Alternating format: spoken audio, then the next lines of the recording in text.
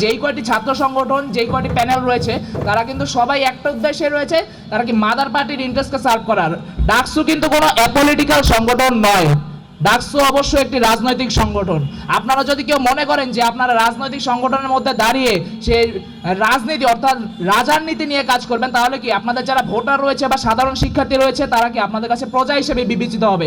আমি ডাকসুতে যদি নির্বাচন করি, আমি অবশ্যই শিক্ষার্থীদের অর্থাৎ শিক্ষানীতি নিয়ে কাজ করব। ডাকসু মানে যে কর্মী বাহিনী তৈরি, ডাকসু মানে যে দলের নেতার পিছনে সেই দলের ছাত্রদের সিট জিম্মি করে যে মিছিলে তৈরি নিয়ে যাওয়া, এই জিনিসটা যাতে না হয় সেই জিনিসটা হচ্ছে কার্যকর করা। কারণ আপনি হয়তো ডাকসু নির্বাচন একদিন করবেন, কিন্তু ডাকসু নির্বাচন নিয়ে যে 1 বছর যে পরিকল্পনা, সেই অনুযায়ী আপনার ম্যান্ডেট সাজাতে হবে। আপনি এমন কোনো ইশতেহার দিবেন না যাতে আপনি কি সারা জীবন ধরে যাতে ডাকসুর প্রতিনিধিত্ব করবে, এটা যাতে না হয়। অবাস্তব কোনো ইশতেহার আমরা দেখতে চাই না। আমরা দেখতে চাই রাজনৈতিক প্যানেলের বাইরে গিয়ে, সেই মতাদর্শের বাইরে গিয়ে শুধুমাত্র ক্যাম্পাস কেন্দ্রিক রাজনীতি যাতে হয়, সেই বিষয়টা আপনারা এনশিওর করবেন।